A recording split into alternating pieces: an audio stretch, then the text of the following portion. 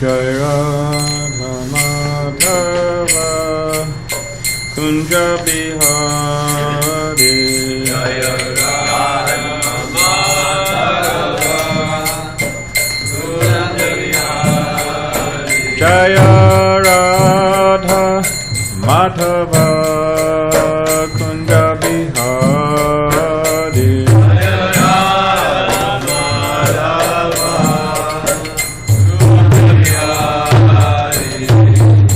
Gopichana Vallabha Girivardhari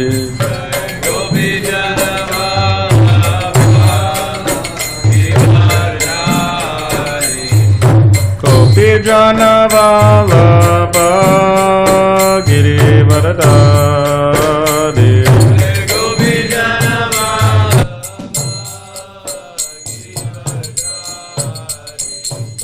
Yashoda Nandana Braja Jana Ranjana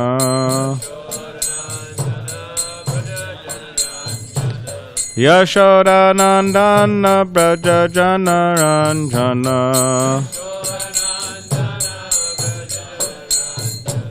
Yamuna Tira Vanachari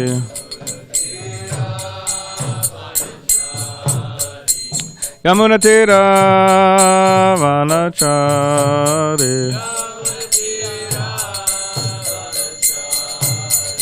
Jaya Radha Madhava Kunja Bihari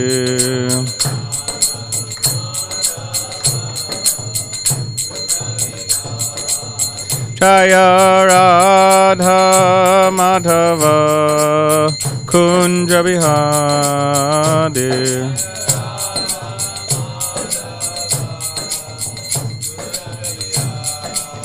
Jaya Radha Madhava Kunja Bihari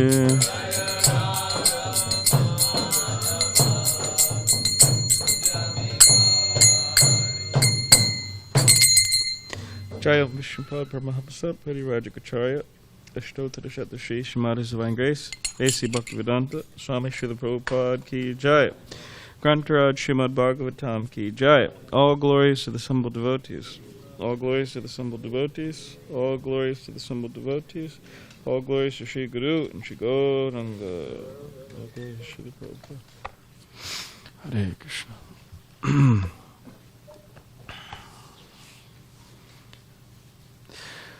So this morning we were reading from Srimad Bhagavatam, Canto 5. We're going to be reading about hell soon. Hellish planets. Which is entitled The Creative Impetus. Chapter 1, The Activities of Maharaj Priyavrata. And we're on text 24. So, what should I do, Javita Prabhu? What do you think I should do with the 24? I'll just read the Sanskrit and then you read the translation. Okay. All right, give me a second. Increase the size here. Don't want to make a mistake. Okay. Atacha duhitaram prajapate vishwakarmana upayeme Barhishmatim namatasyam uhamvavam atmajan atmasamana shila guna karma rupa viyodaran dasha bhavayam babuvakanyam chayu yaviyasim urjasvatim nama. So I should just read the translation? Okay. So before we continue, if everybody could please repeat after me. Om Namo Bhagavate Vasudevaya. Om Namo Bhagavate Vasudevaya. Om Namo Bhagavate Vasudevaya. Okay, so the translation and commentary by His Divine Grace, A.C. Bhaktivedanta Swami Prabhupada. Thereafter, Maharaj Priyavrata married Barhishmati, the daughter of the Prajapati named Vishvakarma. In her he begot 10 sons equal to him in beauty, character, what is it? Okay. And other qualities. Magnanimity and other qualities. He also begot a daughter, the youngest of all, named Urjaswati. Purport. Maharaj Priyavrata not only carried out the order of Lord Brahma by accepting the duties of government, but also married Barhishmati, the daughter of Vishvakarma, one of the Prajapatis. Since Maharaj Priyavrata was fully trained in transcendental knowledge, he could have returned home and conducted the business of government as a brahmacharya. Interesting. Instead, however, when he returned to household life, he accepted a wife also. The principle is that when one becomes a grihastha, he must live perfectly in that order, which means he must live peacefully with a wife and children. When Chaitanya Mahaprabhu's first wife died, his mother requested him to marry for a second time.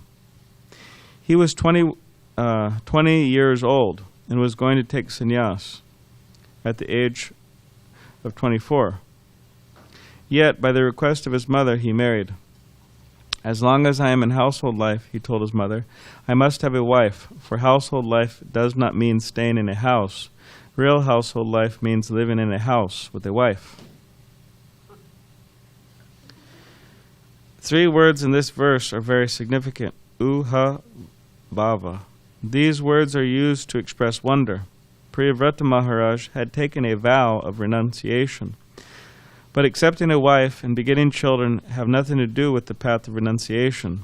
These are activities on the path of enjoyment. It was a source of great wonder, therefore, that Priyavrata Maharaj, who had followed the path of renunciation, had now accepted the path of enjoyment. Sometimes we are criticized because although I am a sannyasi, I have taken part in the marriage ceremonies of my disciples. It must be explained, however, that since we have started a Krishna-conscious society, and since a human society must also have ideal marriages, to correctly establish an ideal society, we must take part in marrying some of its members, although we have taken to the path of renunciation. This may be astonishing to persons who are not very interested in establishing Daivi Varnashram, the transcendental system of 4 social orders and 4 spiritual orders.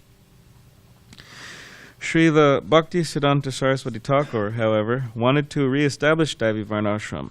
In Daivi Varnashram, there cannot be acknowledgement of social status according to birthright, because in Bhagavad Gita, it is said that the determining considerations are guna and karma, one's qualities and work. It is this Daivi Varnashram that should be established all over the world to continue a perfect society for Krishna consciousness. This may be astonishing to foolish critics, but it is one of the functions of a Krishna conscious society.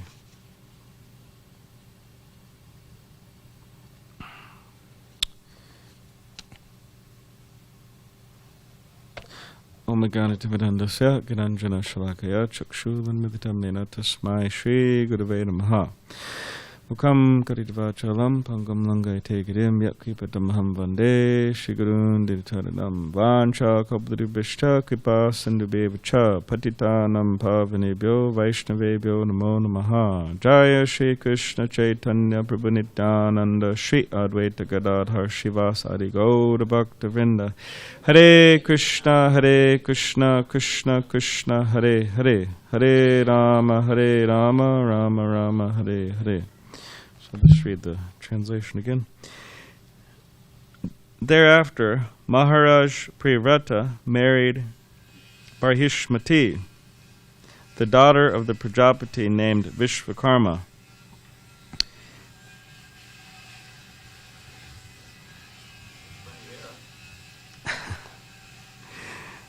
In her, he begot 10 sons equal to him in beauty, character, magnanimity, and other qualities.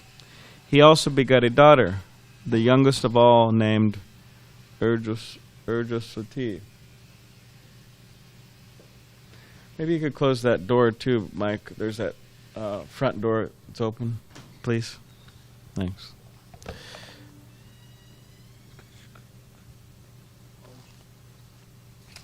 Hare Krishna.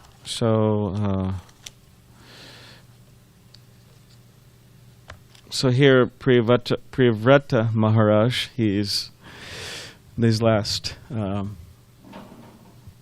verses, and this verse is just describing how he came back to rule, right, the universe. He ruled the universe, and he is a liberated soul, and he had no interest in ruling and getting involved in, as Prabhupada says, the path of enjoyment here. In family life, he had no interest. But under the direction, under the order, under the request of Lord Brahma, mainly, he agreed to do it. He agreed to do it, and he came back. And here this particular verse is saying that he married Barhishmati, the daughter of the Prajapati named Vishvakarma, and he begot 10 sons and 1 daughter. That's Krishna did that too, right? 10 sons, 1 daughter in Dwarka. So within family life, and when we say family life, we're referring to real family life, not the family life that we see so often nowadays, dysfunctional families, broken families, and so on. I mean, so many people actually. I remember if you ask them, okay, how many of your, if you ask a group of people, how many out of all of you, how many of your parents stayed together? You get like 1, 2, 3, 4, depending, but so many divorce.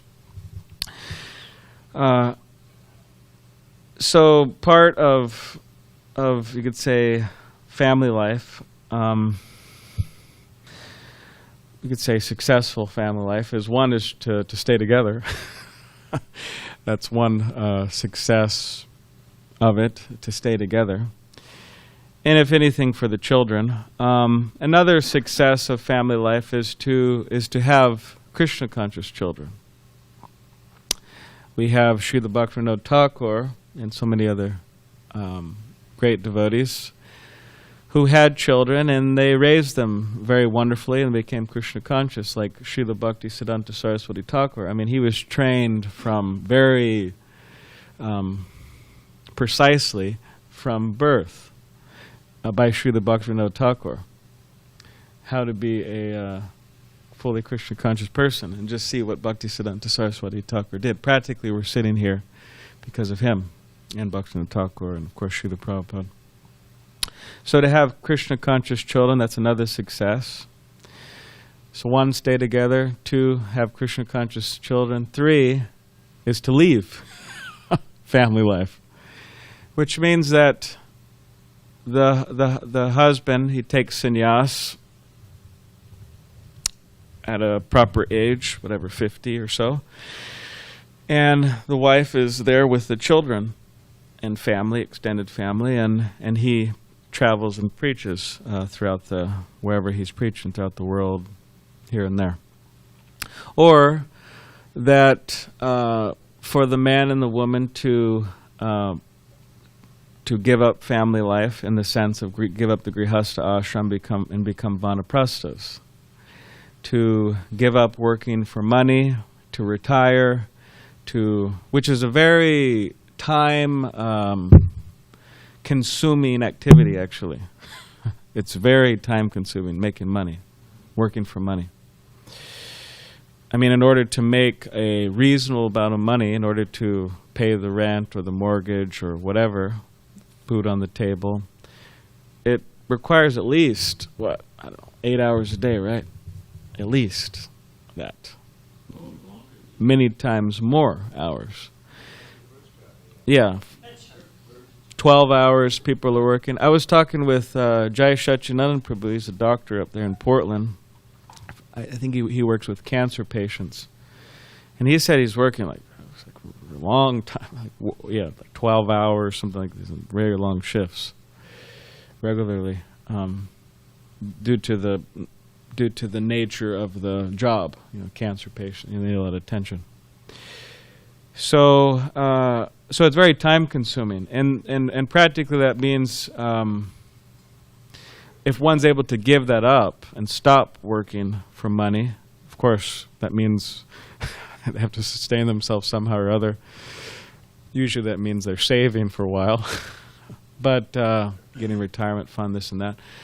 But once they're retired, then that means there's a lot of hours in the day available, right? All of a sudden, there's all these hours. So, therefore, to chant, to hear about Krishna, to preach the message of Krishna,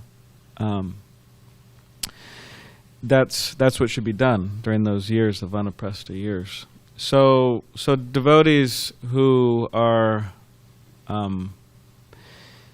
in that station, they should think in those terms also, that yes, later I have to do that, or else it's not really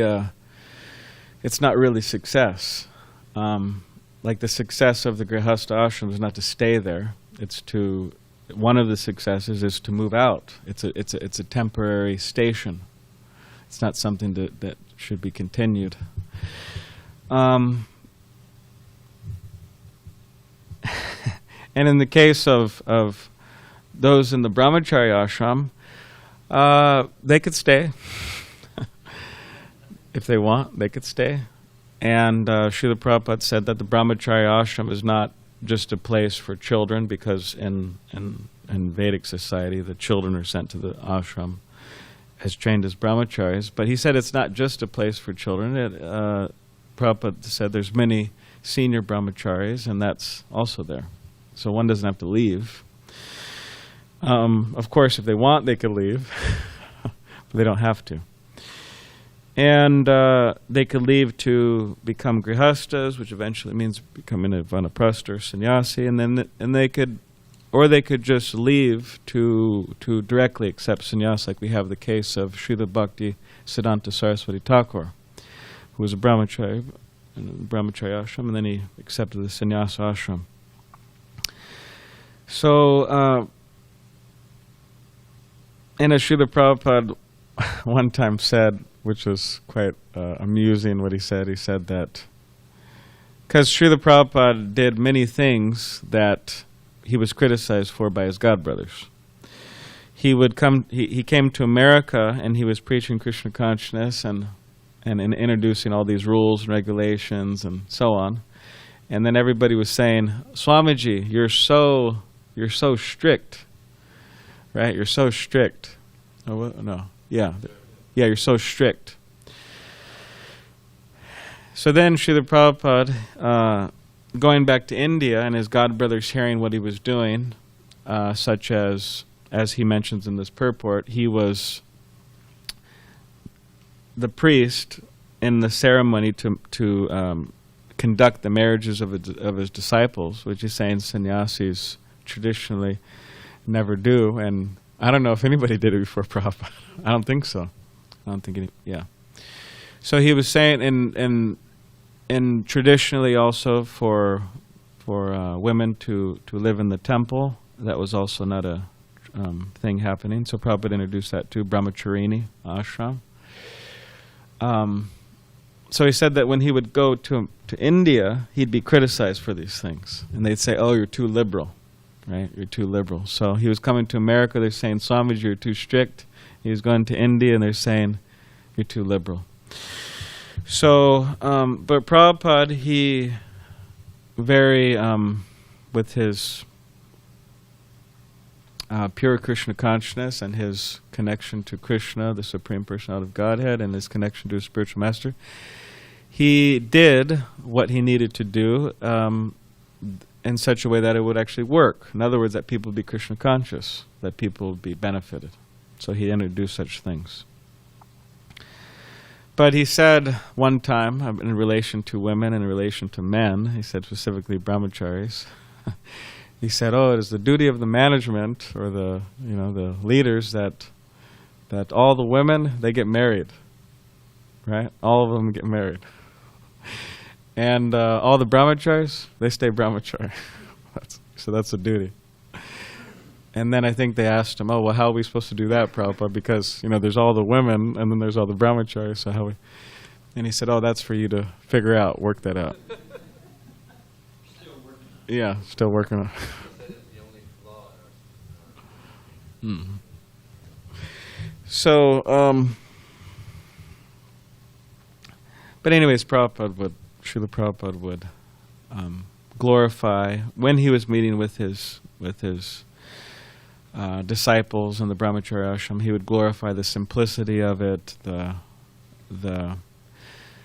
nature of the brahmacharya ashram, and how it awards one the facility to live a very simple life and just serve Krishna and the spiritual master. So he would encourage devotees, if they can, to try to sustain that. But anyways, he would say that amusing thing: all the women get married, all the men stay brahmacharis.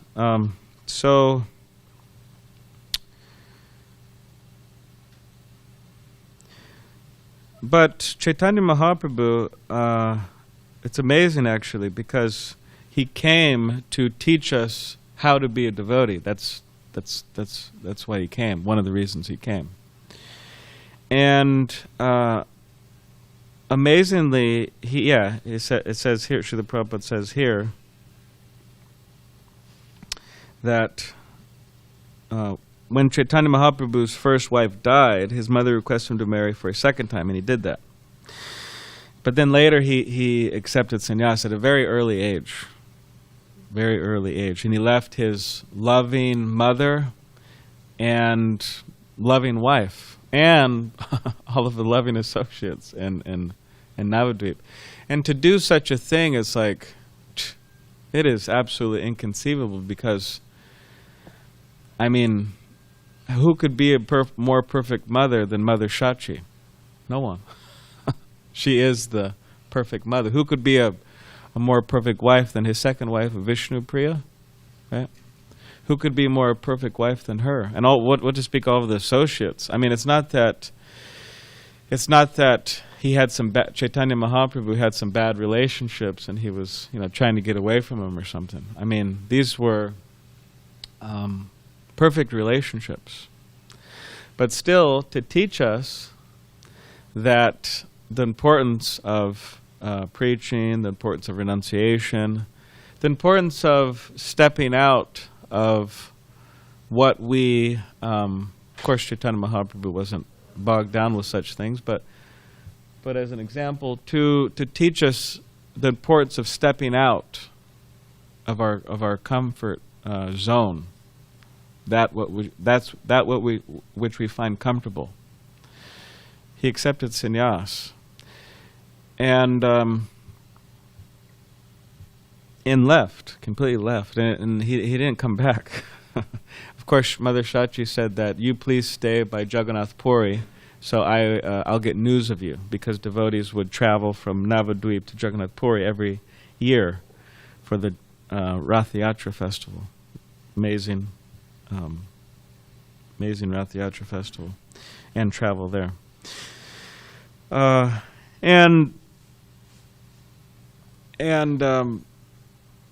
So she would get news, but still he left.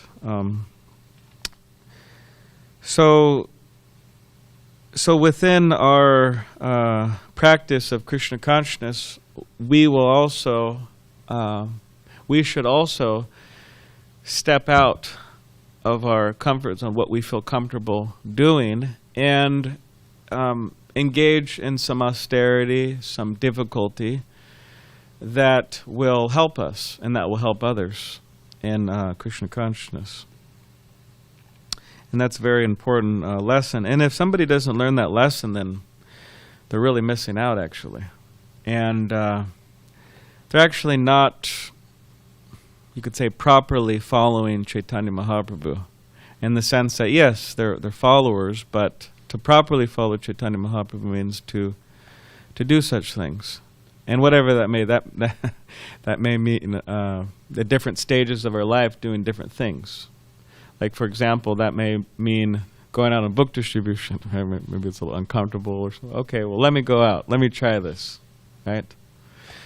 Or that may mean at a particular time for devotees in their life when they can retire and they have the facility to do, but instead of continuing with business, they just push the stop button and they retire and engage more in direct activities of Krishna consciousness. Or maybe it means somebody takes sannyas, or maybe it means somebody becomes a Diksha Guru, or maybe it means so many different things it can mean.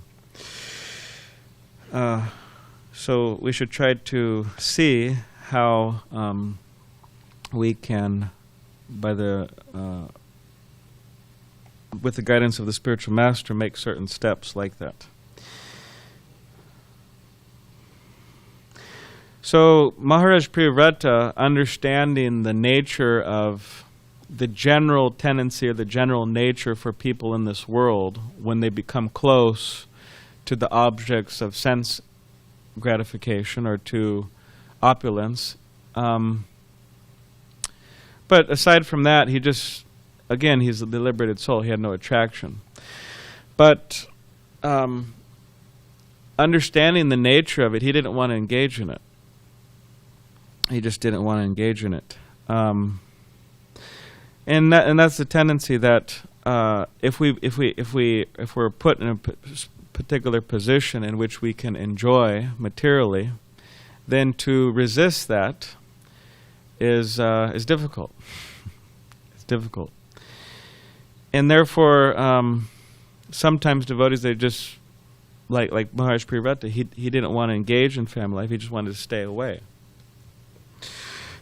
Because, again, the tendency is to, when we get close, is to enjoy, to exploit the resources of material nature. So, this is the beauty of brahmacharya training, is that we get trained how to control our senses, how to control our mind, how to be selfless, how to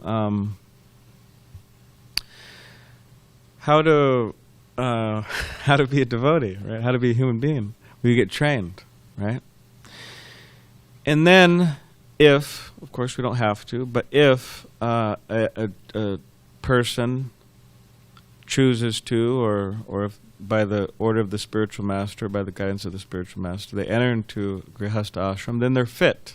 They're fit candidates. Which means they have developed the strength, they have developed what they need to develop in order to be a proper person, proper husband, proper person, functioning in society. So this is the beauty. But if one just jumps into household life with uncontrolled senses, uncontrolled mind, so many anarthas, so many things that have not been cleansed from the heart, on and on and on and on and on, then they jump into the marriage, and then you could fast forward and try to see what happens. I mean, it doesn't work out so well. So that's the beauty. One of the things about brahmacharya life. So Maharaj Priyavrata, he managed to, he agreed to enter household life, to rule the universe, and he accepted that austerity under the authority of Lord Brahma. And we should also accept responsibility. If our responsibility is to clean the lobby, no, you're doing a good job, don't worry. But if our responsibility is to clean the lobby, then we should take it seriously. Of course, it's easier than managing the universe, but of course, but we should take it seriously that, hey, this is my duty. Let me be serious about it. Let me sweep it. Let me mop it, right? Let me mop the floor. Let me make sure there's books there. Let me make sure there's water there. And it seems like a very small thing, but all of these small things add up. If somebody's duty, like Mike, is to sweep the floor, right? You do it every day. Or clean the bathrooms, or clean the ashram, or go out on book distribution. All of this taking responsibility This is what distinguishes a selfish person from a selfless person, or from a advanced person, or from a not so advanced person. Or you could say from a serious practitioner versus a not so serious practitioner, is that they're able to take on responsibility. And this is how Srila Prabhupada wanted his disciples to operate, and this is how he wanted his grand disciples to operate, to take responsibility. And if we're not taking responsibility, then that means that's not good. It's really bad, actually. And not taking responsibility equals, practically speaking, just unhappiness. You know, people wonder, oh, why am I unhappy brahmacharya? Well, maybe we should take more responsibility. Or why am I unhappy grihasta? We'll take more responsibility in a Krishna conscious way. And taking responsibility, that will help us mature. That will help us mature, and that will help us become renounced, which is very important. This is one of the characteristics of Chaitanya Mahaprabhu's followers, right? Vairagya Vidya Nija Bhakti Yoga Shikshartam Eka Purusham Purana Chaitanya Shirira Dadi. Yes. So that Chaitanya Mahaprabhu, he came to teach knowledge, right? Transcendental knowledge and renunciation. So by engaging in ourselves and taking responsibility to push on the Sankirtan movement in different ways, then we'll be able to become more and more renounced, which is extremely valuable and necessary, and that's what it means to be a follower of Chaitanya Mahaprabhu, to be renounced, to be situated in transcendental knowledge.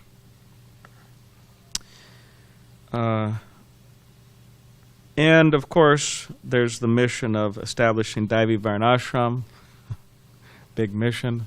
Srila Bhakti Siddhanta Saraswati Thakur was striving for it. Srila Prabhupada was striving for it. We're striving for it. And it's a huge task. It's a huge mission to organize society and people and have everybody properly engaged in their particular propensities in a Krishna conscious way.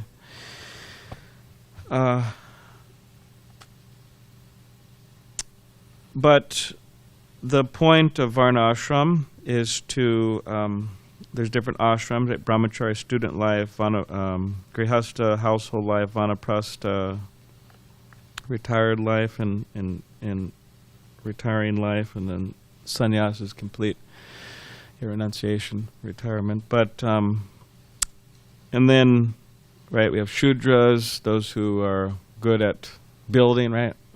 Because got some guys building out there, fixing up our front. Got, right, kshatriyas, protecting and serving, vaishyas, the businessman, taking care of cows, cow protection, very, very important.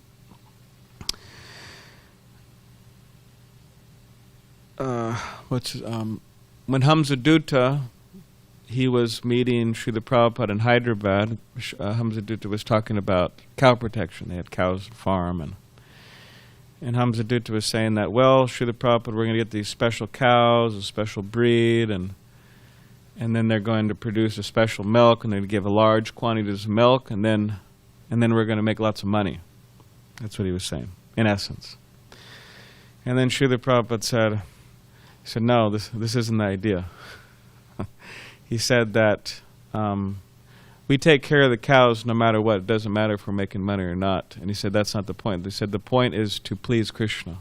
We take cows, pleasing Krishna, protecting the cows, right? Krishna Govinda, protector of cows. So, anyways, Vaishnavas protecting cows, and the Brahmins to teach, to set a good example, to said to be the spiritual master of all the other, right, orders, to be detached, to live a simple life, to speak the truth. And if we find ourselves falling with in these particular categories or inclinations, sometimes the tendency is, oh, well, the Brahmins are the best, so let me try to be a Brahmin, right?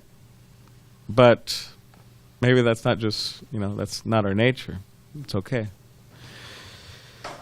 So we should be true also. How does that sound for a New Age little saying? We should be true to our nature in Krishna consciousness.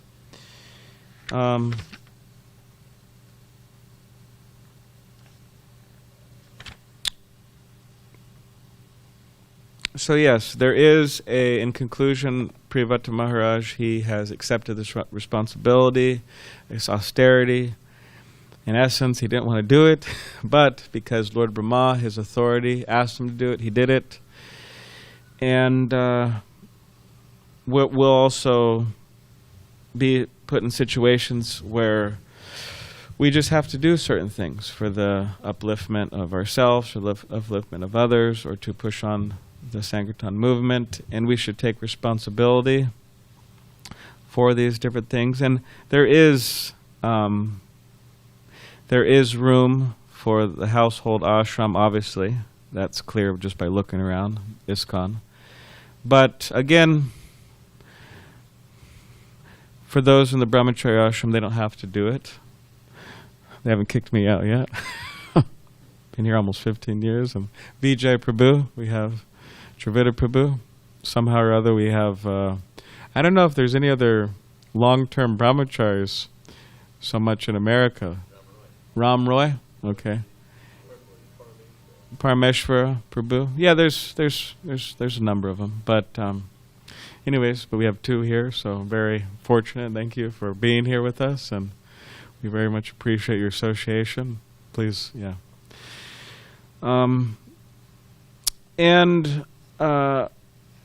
In conclusion, we should try to, whatever station we find ourselves in, we should try to fully take responsibility and try to follow it properly for the pleasure of our spiritual master and Srila Prabhupada and Krishna. So, all right, does anybody have any? All right, Daniel's hand went up quick. He shot up really quick.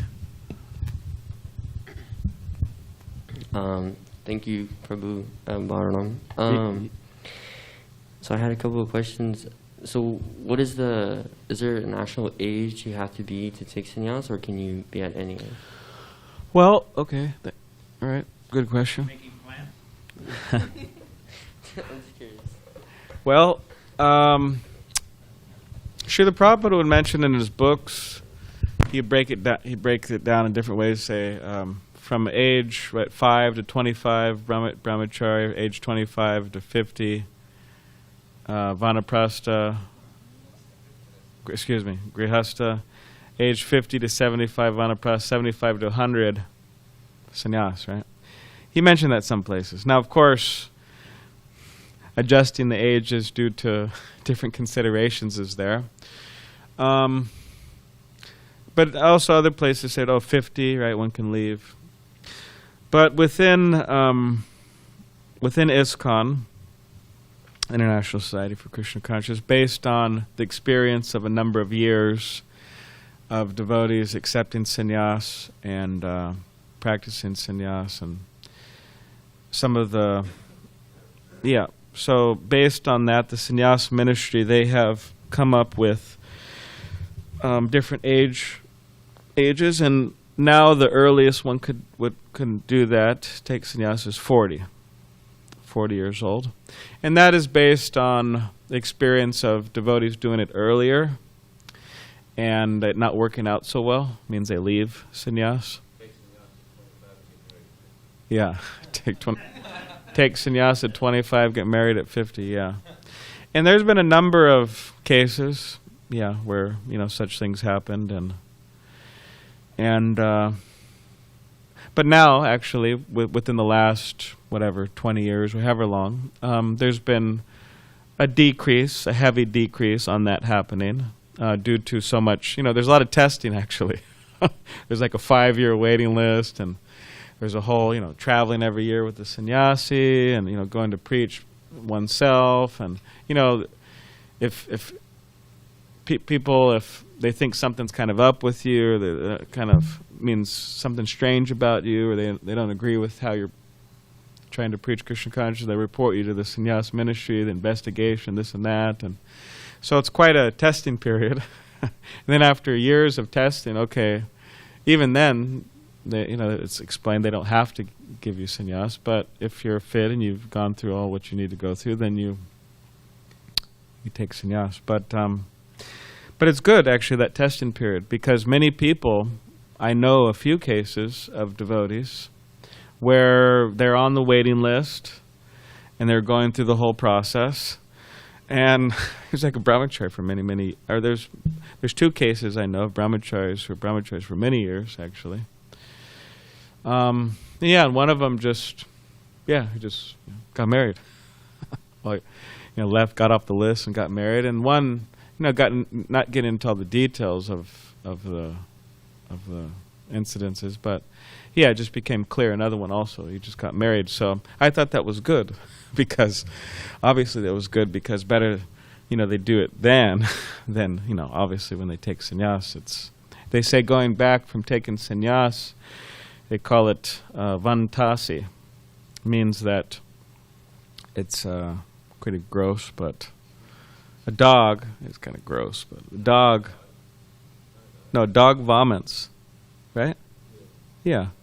Yeah, dog vomits and then goes back and checks out, oh, did I leave anything, there, good. And so in other words, to become detached and then to go back, it's not good. So anyways, but now there's, it's a lot better in that regard. So anyways, you have another? Well, thank you for that explanation. Just one more question. What was that? Or there was some on the sannyas waiting list, and they realized, hey, I don't want to take sannyas. They just remain brahmacharis. Vijay Prabhu. Vijay Prabhu was on the waiting list, and he realized, okay, I'm just brahmacharis. Druta Karma? Really? Wow. Yeah. Sometimes if you're a sannyasi, and also if you're a sannyasi, sometimes they try to get you to manage or this or that. Yeah. So they're thinking, wait, I want to stay focused on my service. Yeah. So you do have brahmacharya do sometimes, and it's a noble thing, like Priyavrata Prabhu or Vijay. Yeah. Just want to concentrate on books. Priyavrata Prabhu just wants to do his editing. Yeah. Yeah. Flying all over the world. Parachuting into, Okay, you have another? All right, any other? All right, Dravida Prabhu and then Devavrata. This is an actual question that's come up in my mind quite often, but it's pertinent now because we're discussing this. And this is, I'm reading now just from a few verses before, sixth verse of this chapter. In the purport, Prabhupada says, and he's describing how Priyavrata actually took up household life. And this is, who did he compare? He didn't compare it. But for example, although he, the householder, who's an advanced devotee, although he has no attraction for his children, he cares for them and educates them to become foot devotees. Similarly, he speaks to his wife with affectionate words, but he's not attached to her. By rendering devotional service, the devotee acquires all good qualities, so forth. And then he gives the example of Krishna, who had 16,000 wives, and they were all very beautiful, and they saw him as a beloved husband, but he was not attracted or attached to any of them. In the same way, although a devotee may enter family life and act very affectionately toward his wife and children, he's never attached to those activities. Now that always seemed like maybe the hardest part. In other words, so there's three things mentioned: attracted, attached, and acting affectionately. And the standard Krishna said he acted very affectionately, but he was never attached to these activities. And there seems to be, in other words, okay, Krishna can do anything, but for a human being to be in household life and have children, and he's raising his children and acting affectionately, but he has no attachment. Sounds like he also has no affection. I mean, where's attraction and affection, And doesn't that make things kind of difficult? Because, I mean, can't you pick up. Someone's like acting, and he's not actually. It seemed like it would create a difficulty in household life. Yeah. You know, and as when Prabhupada. It worked for me.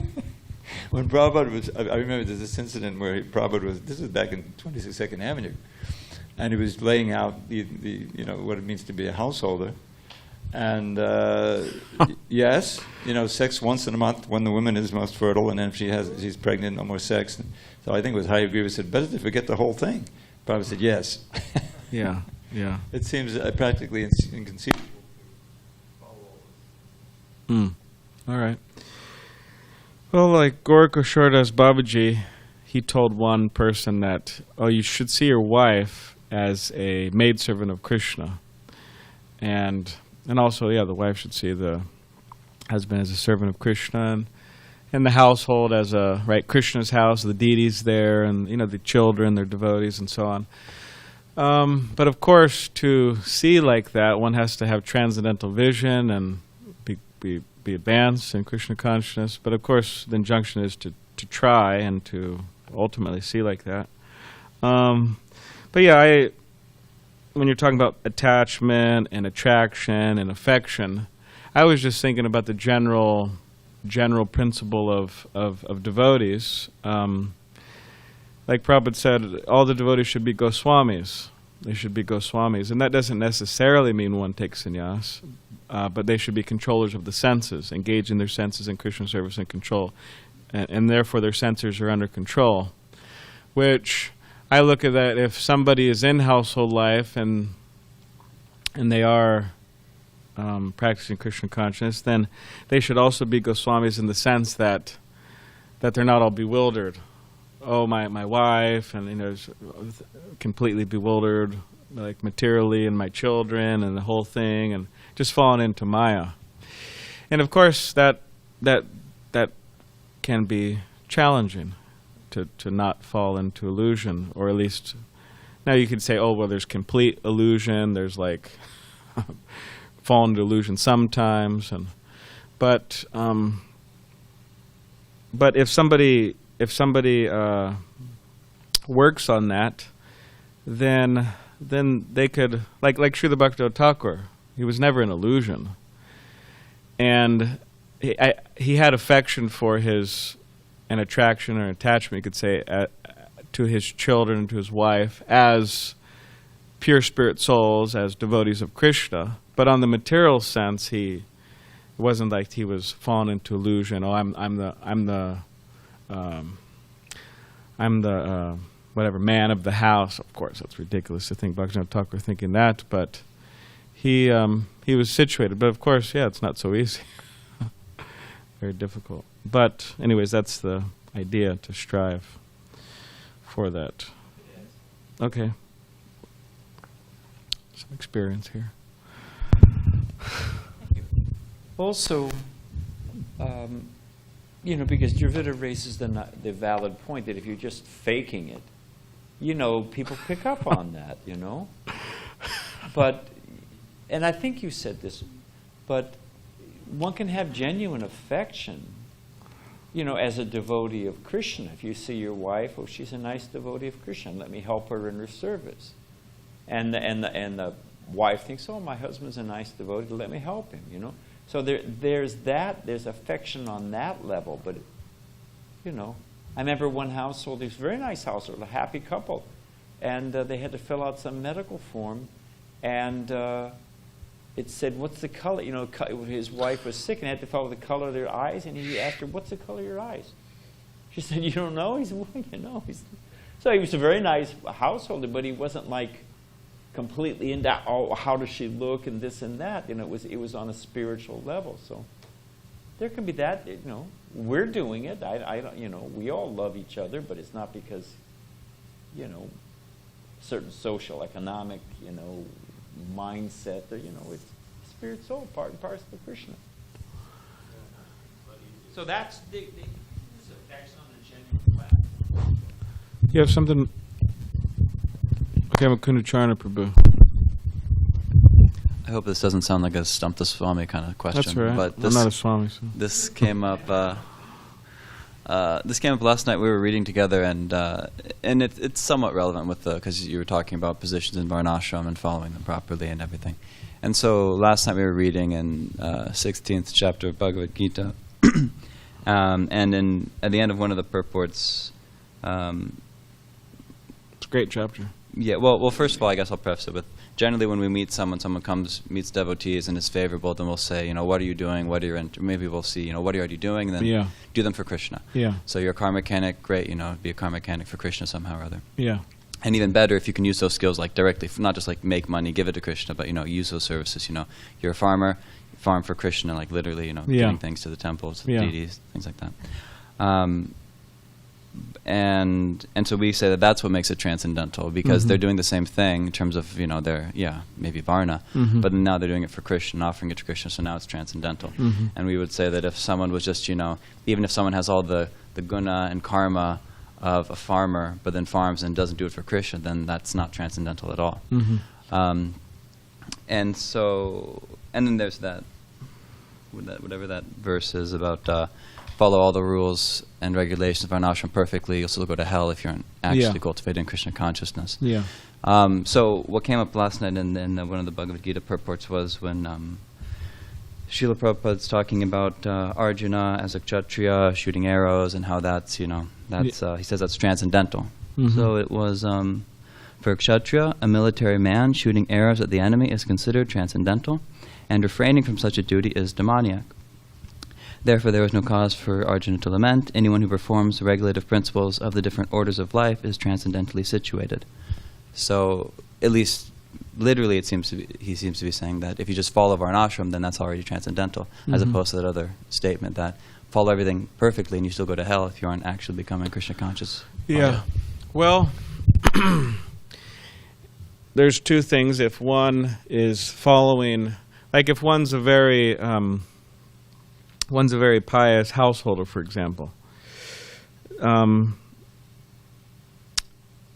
If they're not cultivating Krishna consciousness properly, then there's a heavy chance for degradation, right? They have to be cultivating Krishna consciousness.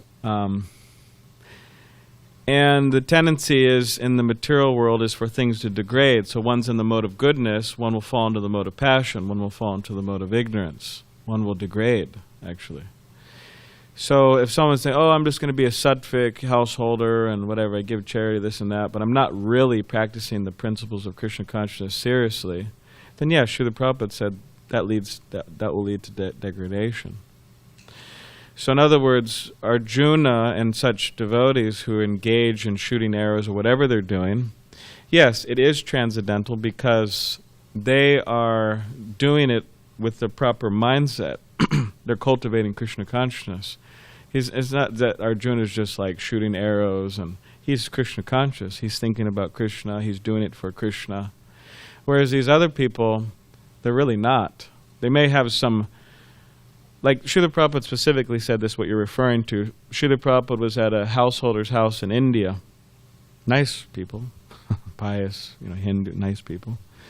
And Prabhupada had dinner there, and then after dinner, Srila Prabhupada went to the side. He was speaking with some of his disciples, and then he was pointing to that, I would figure discreetly, referring to the householder man, and he said, "See that man over there?" He said he could perform all of these varnashram duties perfectly, but if he doesn't develop Krishna consciousness, or if he's not striving to please Krishna, then he'll just go to hell. That's what he said.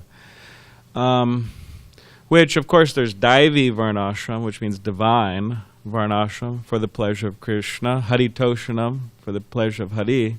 And then there's just being a pious, giving some charity, giving some this and that, but that's not transcendental. That's like sattvic. Whereas acting for Krishna, yes, it is transcendental. So I don't know if that, maybe...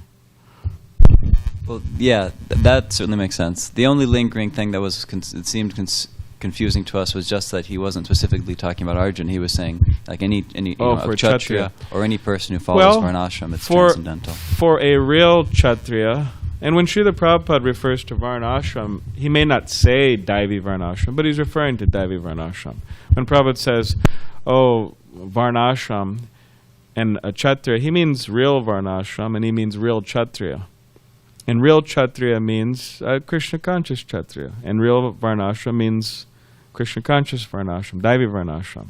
So, yeah, any Kshatriya shooting arrows on a battlefield, engaged in his Varnashram, it's transcendental if he's Krishna conscious. And that's what Prabhupada's referring to. Where else it's just, it's demoniac in the sense that, it's just acting on the material platform. Oh, I have a proclivity to shoot arrows, I'm a Kshatriya, I'm engaged in some type of Varnashram, not for the pleasure of Krishna, then yeah, it's demoniac because it's not for the pleasure of Krishna. It's in this material world, so anyways. All right. Okay. I think Priyavrata Prabhu had something we could discuss over breakfast. All that, so. Grantaraj, Srimad Bhagavatam ki jai, Srila Prabhupada ki jai.